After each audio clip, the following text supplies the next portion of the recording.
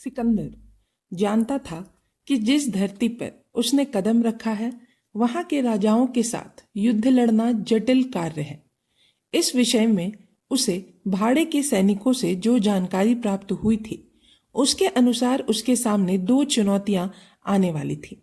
उन चुनौतियों में पहली चुनौती का नाम था आभी और दूसरी चुनौती थी पुरु, जिसे पोरस भी कहा जाता है।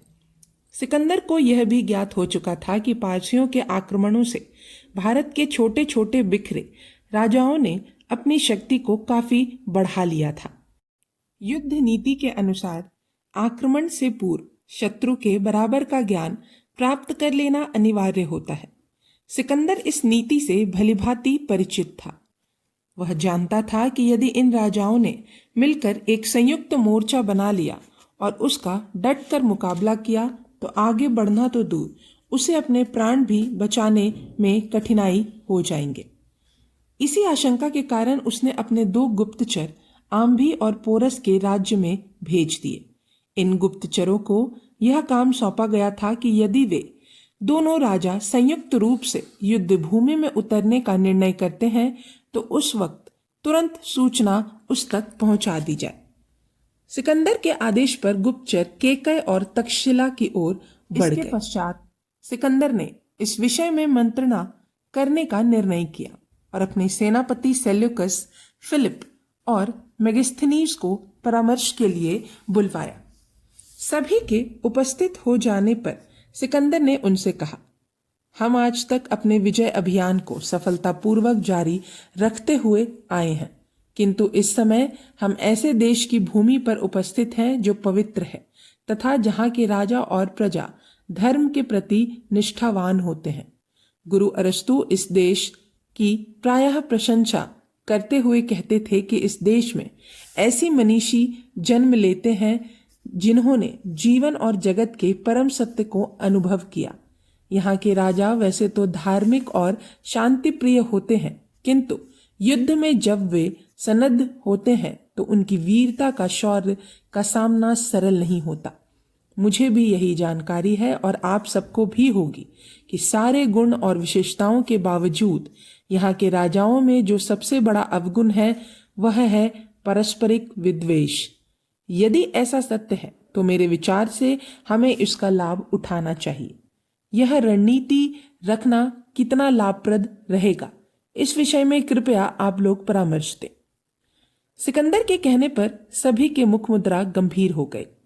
कुछ क्षण के बाद सेनापति सेल्यूकस ने कहा, आपका रणनीति संबंधी विश्लेषण सही है यूनान सम्राट, इसलिए मेरी सहमति तो यही है कि हमें सर्वप्रथम इस तथ्य की भलीभांति पुष्टि कर लेनी चाहिए कि आगे जिन राजाओं से हमें युद्ध करना है उनके पारस्परिक संबंध कैसे हैं। इस विषय की सूचना लाने के लिए मैंने पहले ही अपने गुप्तचर भेज दिए हैं। शीघ्र ही मुझे महत्वपूर्ण सूचनाएं प्राप्त हो जाएंगी। मैं उन दो प्रमुख राज्यों के विषय में आपसे परामर्श चाहता हूं जिनसे हमें पहले ही युद्ध करना है। प्राप्त जानकारी के अनुसार दोनों ही प्रबल राज्य हैं। यदि इनसे युद्ध करना पड़े तो हमारे लिए प्रकृति और ऋतु के अनुसार आक्रमण की किस आधार पर योजना बनानी होगी, इस विषय में अपनी कुछ सहमति देना चाहूंगा। तभी मेगिस्थनीज ने कहा। सिकंदर सहित फिलिप और सेल्यूकस की दृष्टि मेगिस्थनीज की तरफ घूम गई।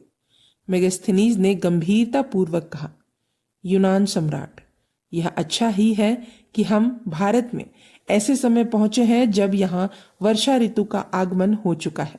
ऐसे मौसम में वर्षा किसी भी समय हो सकती है। वर्षा होते ही यहाँ नदियों में बाढ़ आ जाती है और मार्ग अवरुद्ध हो जाते हैं। मार्ग अवरुद्ध हो जाने से हमें क्या लाभ हो सकता है मेगिस्थनीज? सिकंदर ने उत्साहपूर्वक पूछा।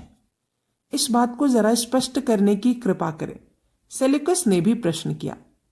मेगिस्थनीज ने उत्तर दिया, यहाँ की भूमि ऐसी दलदली है कि जरा भी वर्षा होते ही कीचड़ और फिसलन भी हो जाती है। मेगिस्थनीज ने बताना आरंभ किया, ऐसी भूमि पर शीघ्रता से दौड़कर चलना नहीं जा सकता। इस भौगोलिक अवस्था के कारण नदी पार के राजा ने ना तो हमारी सेना पर हमला करने की सोचेंगे, ना ही वे इस बात को सोचेंगे कि उन्हें अपने सैनिकों को युद्ध के मैदान में उतारना पड़ सकता है। इसका अर्थ है कि हम इस अवधि को निश्चिंतता पूर्वक गुजार सकते हैं और यहाँ के राजाओं के विषय में जानकारी प्राप्त कर सकते हैं। सिकंदर ने प्रसन्न स्वर में कहा, हाँ यूनान सम्राट। मेगस्थनीज बोला, इस दौरान हमारे पास केकय और गांधार दोनों राज्यों के विषय में गोपनीय से गोपनीय जानकारी जुटाने योग्य समय है, जिसके कारण हमें युद्ध में लाभ होगा। गुप्तचर आपने भेज ही दिए हैं, वे भी इन राज्यों के विषय में गुप्त सूचनाएं एकत्र करके लाएंगे ही। तब तक हमें और भी पक्षों पर विचार कर लेना होगा। इसके पश्चात वह मंत्रणा समाप्त हो गई।